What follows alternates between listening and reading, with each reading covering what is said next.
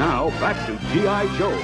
G.I. Joe, the M.A.S.S device is how you start a cartoon right. It's a 5-part mini-series movie that wastes no real time with introductions to the characters and simply gets into the laser blasting action and of course the goal of selling its viewers some of the coolest toys available at the time. Following the Joes as they battle Cobra and Destro in a race against time to put a stop to their threats against not only the American way but also the world with their brand new device titled M.A.S.S, the teleportation device is also a weapon, and while the Joes build their own, the clock continues to tick down before Cobra destroys New York and executes the world's leaders. The plot is extremely straightforward, with the heroic Joes and the Cobra terror agents duking it out at each of the main locations, with occasional side plots popping up to try and give the stiff, hollow as action figure characters a bit more depth than just having them as nothing more than a walking store display. Duke and the rest of the Joes aren't really fleshed out beyond being the definition of the American hero, and honestly, for the start of a series that focuses more on explosions and stopping the bad guy, this is fine for the most part. Besides, there are some moments of growth sprinkled in, but don't expect too much of it. Although, Snake Eyes, a wolf, and a blind hermit have a pretty darn nice character arc in the middle of the movie, and it was probably one of the best non-action moments of the entire miniseries. Cobra is surprisingly competent in these early episodes. We are disappointed. You were expected days ago, Destro. And while still not the brightest tyrant, he still manages to be more sinister than silly this time around, with Destro also being a bit of a foil to himself, surprisingly. The rest of Cobra, like the Baroness, are just evil plot progression and are more just gimmicks than actual character here. The writing is incredibly corny, silly, and full of patriotic 80s cheese. Let's start at the beginning, Duke, with your childhood in Iowa. Early on, your sense of justice and honor was tested, and you responded. It has never deserted you. It is at the heart of your idea of America, an idea despised by Cobra. And it's so enjoyable. Every line is incredibly goofy, stilted, or both. Hey, bacteria brain! Come down and let's discuss your future as a mental patient. Oh, come on, Duke. Where's your spirit of adventure? Give a teammate a hand. I missed you, Duke. You certainly did.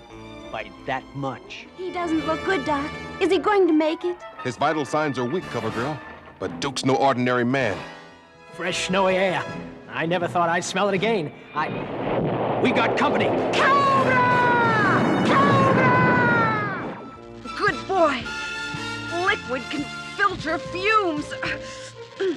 Maybe enough time to get Fusion Bomb out of here. Maybe we can knock Destro's beam off course with a zap from our baby. But I can't help but love every one-liner and joke that is clearly there to enforce each character's cliché stereotype. Way to go, Scarlet! Yeah! This is Wilder and the Bronco with the cactus saddle. My old daddy taught me how to dip a net to catch a mess of blue crabs.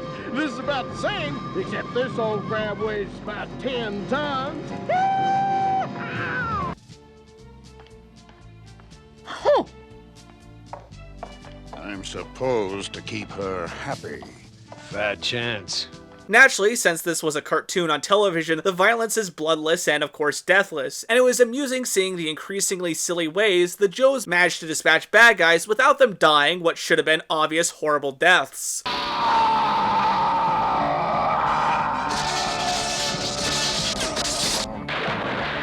There is still plenty of explosions and gunfights, with vehicles and collateral damage on every inch of the screen, but it's more about spectacle than it is payoff. So if you want deaths and the like, you'll want to watch something else, as this is sanitized action fun and nothing more. If you're coming for beautiful animation, go watch the movie instead. Aside of a few moments of fairly alright looking shots, most of the animation is clearly cheaply done, and there are more animation errors than I could put into this video without it getting bloated.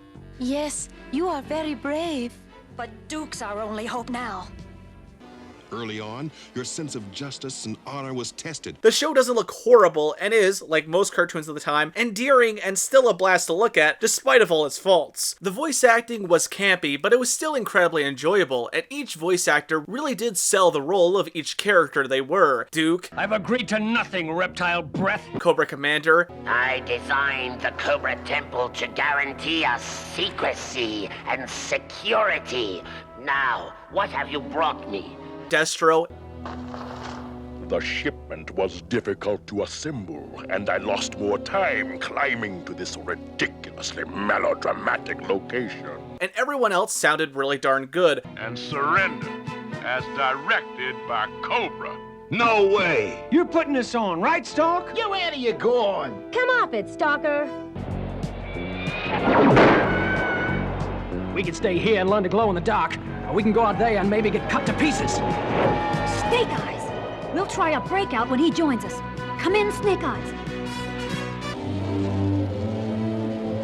Even though I cannot see you, I can tell a young, strong man you are, to sure. But what you are doing in these bleak hills, I do not know. But you will surely freeze to death if you're not given shelter.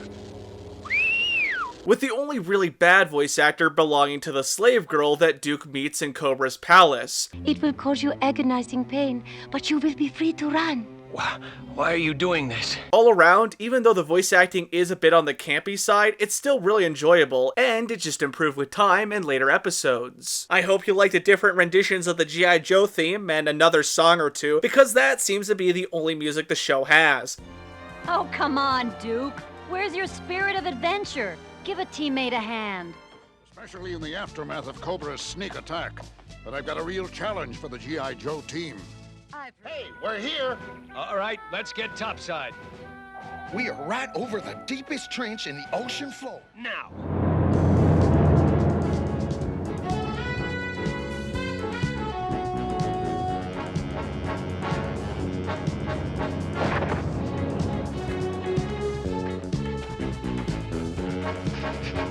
Naturally, the theme itself, played at the beginning of every episode, is just a classic. We'll fight for freedom wherever there's trouble. G.I. Joe is there. G.I. Joe, American hero. G.I. Joe is there. It's G.I. Joe against Cobra and Destro, fighting to save the day. He never gives up, he's always there, fighting for freedom over land and air.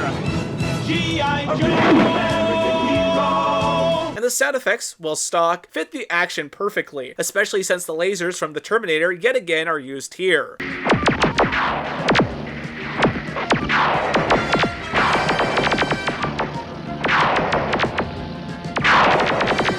Also, every time the menacing sound was played, all I could sadly think of was the fact that it was used in Hello Neighbor, which is unfortunate to say the least. Not one nation has surrendered. This one must take a vote. That one wants to take it under consideration. Don't they realize they're dealing with Destro? With all that said, G.I. Joe the M.A.S.S device is visual sugary cereal for your eyes and brain. Sure, it may not be the best thing for you, but it's just so addicting and enjoyable, despite all its faults. It truly is a vastly different form of media compared to cartoons now, and it is a time capsule of everything amazing about 80s cartoons and their cheap, colorful, and advertisement-riddled glory. Give this a watch if you want to relive all those Saturday mornings of the past. As always, if you want to help support the channel, please consider sharing the video with a friend or checking out my Patreon linked in the description below. If you have any comments, questions, or recommendations, leave them down below as I read and reply to everything. Until next time, this is Thierry Williamson signing off until the next video. See ya, guys!